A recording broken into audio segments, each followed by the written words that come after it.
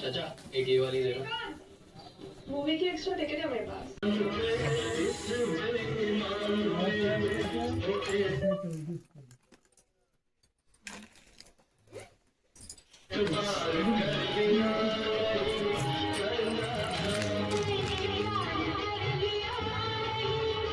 चार चीज़ें चार हैं।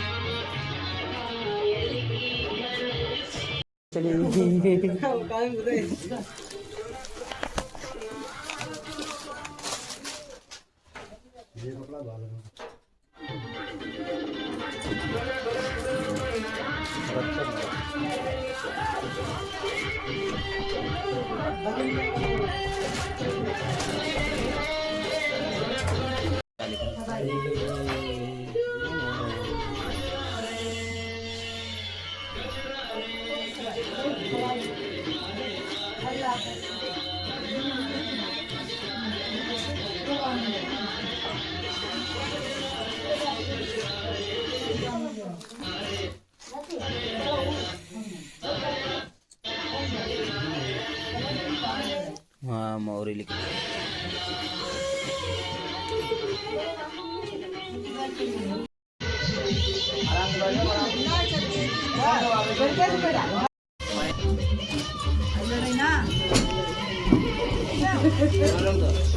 बस हो गया।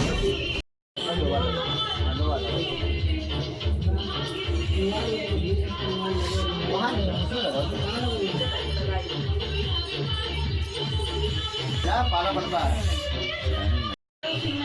तुम चला हम दे नहीं पैसे मैं तो फिर हमने दे दे और दे सौ दे दे प्राप्ति धन लक्ष्मी प्राप्ति हेतु विवाह हेत संगीता संकल्प संप्रदे पुष्पिताक्षम गजभक्तम चतुर्कमलंबोदरम पंचम चाष्टम व्यक्तिमेव च सप्तम वेगराजम च धूम्रवणम च अष्टम नवम बालचंद्रम च दशम तो विनायकम एकादशम ओम तत्सलक्ष्मी तिष्ठ संलापात्रं पुष्पं समर्पयामि धूपं दीपं नैवेद्यं समर्पयामि शर्कराखण्डिका जान्दधीं समर्पयामि पत्रं पुष्पं समर्पयामि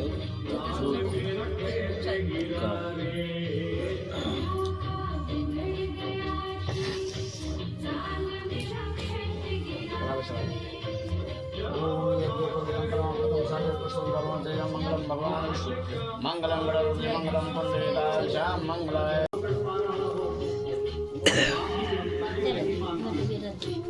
कहां पर हाथ ऊपर हाथ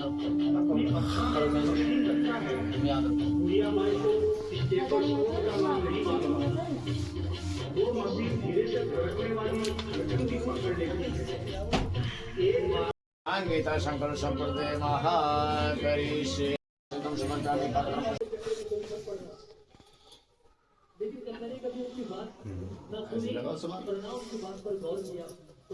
हाँ लंबी तक ले जाओ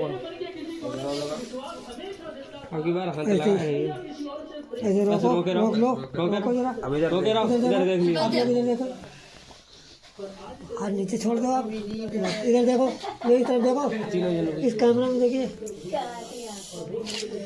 ठीक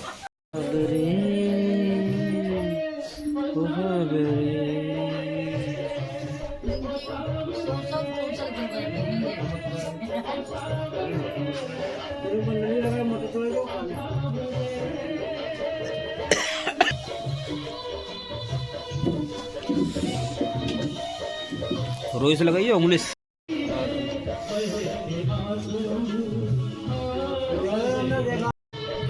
वीडियो करो।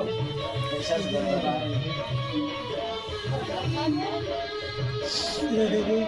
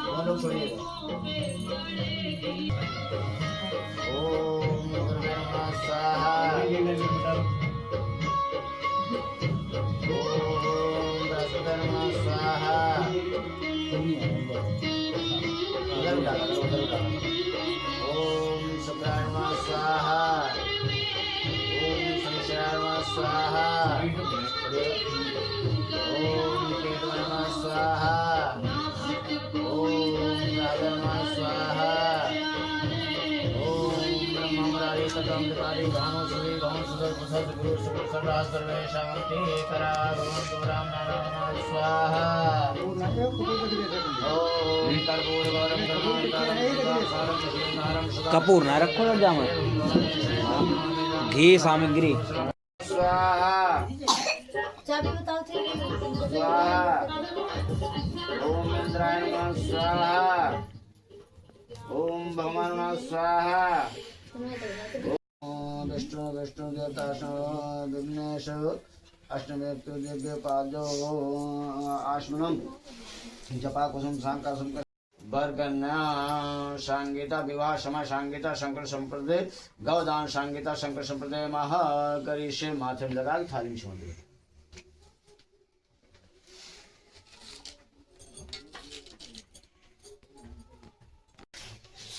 चलो बेटा चलो चलो बड़ो। यार ऐसा कौन व्यक्ति है जिसको मालूम नहीं पंडित कहे धोखा दे तो मालूम था पूछे बता दो कहाँ रखते हैं। तो हम तो भैया बदल इनको चेहरा देखना था देखना काहे नहीं मालूम जय काम हो। जब गलत चलेगा तो हम खुद टोक देंगे भैया गलत चल रहा है। बस गिनती याद रखियो एक हो गई। आओ बेटा फरीदपुर में ऐसे ही वो। इधर देखिए एक सेकंड इधर देखो बेटा धीरे धीरे चलो आराम से देखते हो। हाँ आराम से निकल जाएगा थोड़ा साइड से कोई बात थोड़ा दूर हट के चल दे कर तो ना लगी वहाँ में दुई गए कितने भाई दुई किने रही है जब यहाँ पाए तो ये 3 हाँ दुई गए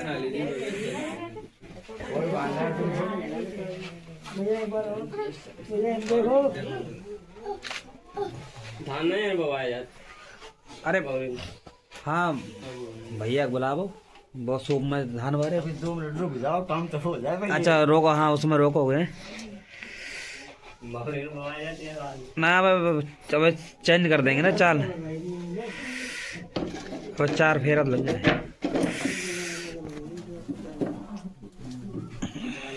बता यार खराब गिनती में हम लगा कितना होएगा 3 वो 4 वही तो पूछा था। पंडित जी गिन रहे हैं। पंडित जी गिन रहे हैं। पंडित जी का ध्यान दिवाई कितने हुई गए 4 होएगा तो रुक जाओ फिर। पंडित जी आ गए ना फिर वो अपने कई बार चेक करें। हाँ हाँ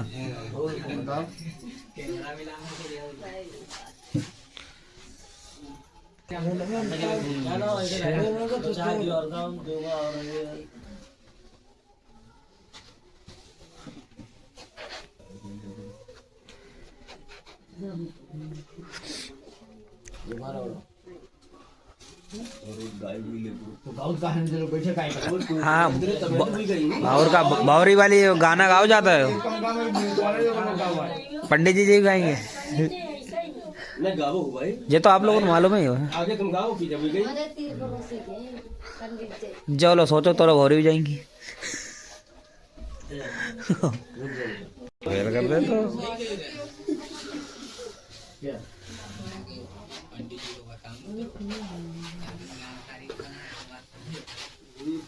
ये इधर देखो एक सेकंड बस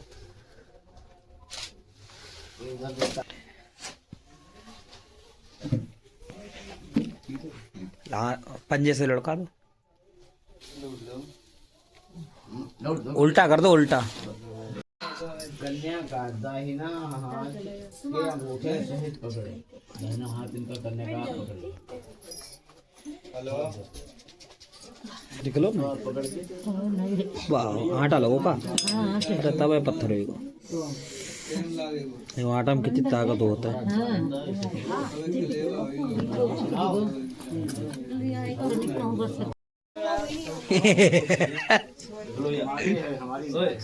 अच्छे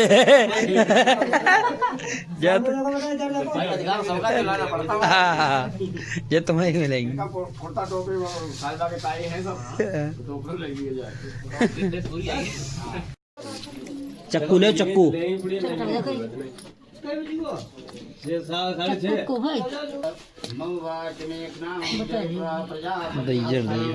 बड़े कर्रे करके चिपक गए।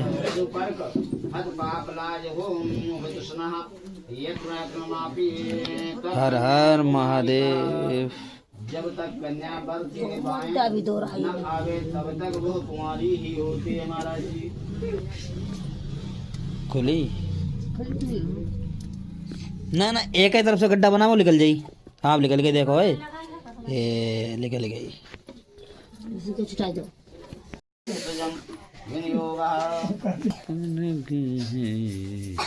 अपने बाएं बैठने के लिए कहता है, तब वधू कहती है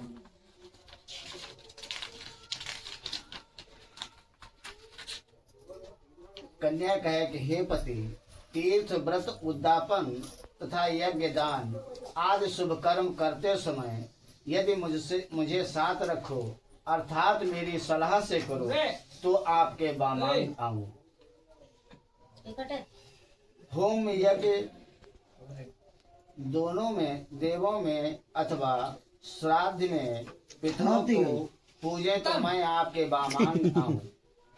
कुटुंब की रक्षा तथा भरण पोषण करो तथा गाय भैंस रखकर उनका पालन पोषण करो, तब आपके बामांग आऊं। धन धान्य का लाभ खर्च करो या दूसरे के घर मुझे पूछ कर रखो, तो आपके बामांग आऊं।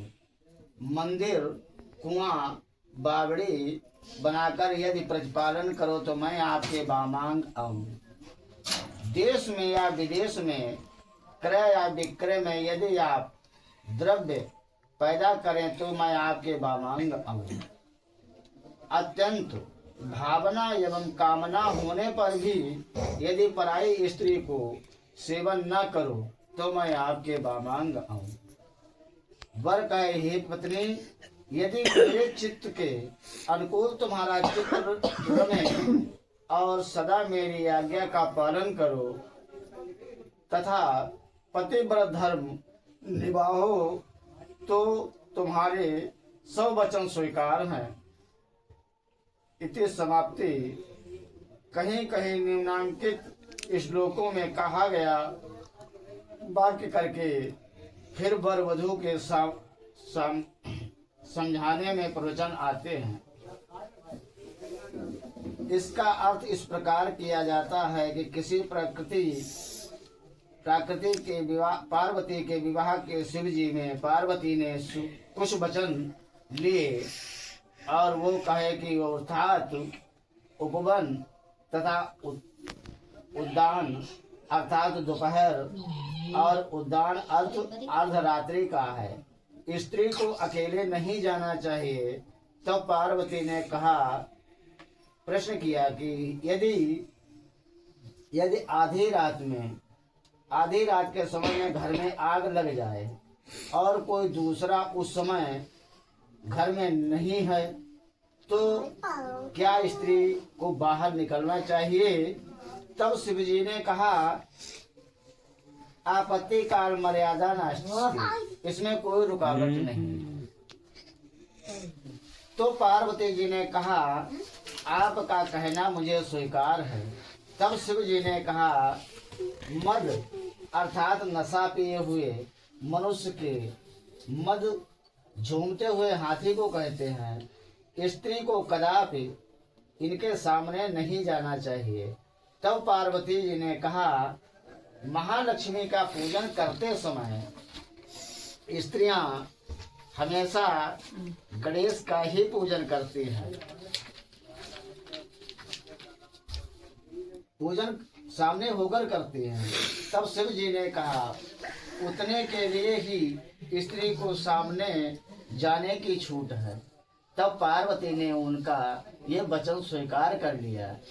तब शिव जी ने फिर से कहा कि स्त्री को बिना बुलाए पिता के घर नहीं जाना चाहिए, क्योंकि ऐसा करने से सती जी की तरह उसका अपमान होता है। तब पार्वती जी बोली, जब स्त्री के भाई के लड़का पैदा होता है तो बहन खबर पाते ही बिना बुलाए जाती है और भैया दूज को भी बिना बुलाए जाती है। तब शिव जी ने कहा, इन दोनों अवसरों पर यदि मायके वालों का पति से विरोध न चलता हो तो स्त्री हर्ष पूर्वक जा सकती है। तब पार्वती जी ने ये वचन स्वीकार कर लिया। तब शिव जी ने कहा, स्त्री को अपने पति के सिवाय दूसरे मनुष्य की प्रशंसा नहीं करनी चाहिए। तब पार्वती जी ने कहा कि जब उपदेशक व्यास गद्दी पर बैठकर शास्त्रों को उपदेश करता है तब तो सभी लोग उसी की प्रशंसा करते हैं। तब शिव जी ने उत्तर दिया कि उस समय को छोड़कर अपने पति के सिवाय दूसरे की प्रशंसा न करें। तब पार्वती जी ने ये भी बात स्वीकार कर ली। तब शिव जी ने कहा, फिर कहा कि स्त्री पति यदि फटे पुराने कपड़े पहने तो दूसरों के पति की बहुत सुंदर मूल्यवान कपड़े पहने हो तब भी उसे अपने पति के वस्त्रों की प्रशंसा करनी चाहिए, दूसरों की नहीं। तो पार्वती जी ने कहा कि जब वर सुंदर वस्त्र पहनकर दरवाजे पर ब्याहने के लिए जाता है तब तो सभी स्त्रियां और पुरुष उसी की प्रशंसा करते हैं। तब शिव जी ने कहा, जब तक वर के मोर सिर पर बना हुआ है तब तक उस पर विष्णु भगवान का अंश विराजमान रहता है, इसीलिए उसी की सभी प्रशंसा करते हैं इसीलिए उसकी प्रशंसा उसी समय के लिए है। तब पार्वती जी ने ये कहा, तब तो आपका कहना वचन मुझे स्वीकार है, क्योंकि मेरी दृष्टि में अच्छे कुल की वधुओं की यही लक्षण है। सिंदूर दान नीचे मंत्र लिखकर वधु की मांग को सिंदूर लगा दिया। सिंदूर दान करो अभी नहीं। अच्छा, अब तुम्हारी कन्हा ये पूर्ण हो गई।